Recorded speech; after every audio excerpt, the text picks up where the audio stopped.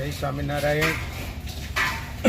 સ્વામિનારાયણ મંદિર લોયાધામ વડોદરા વાઘોડિયા રોડથી પૂજ્ય દાદા ગુરુજીની સ્મૃતિમાં ગુરુજીની આજ્ઞાથી આજ ભિક્ષુકોને સુંદર મજાના ગુલાબજાંબુ, પાઉંભાજી અને પુલાવનો પ્રસાદ જમાડવામાં આવી રહ્યો છે.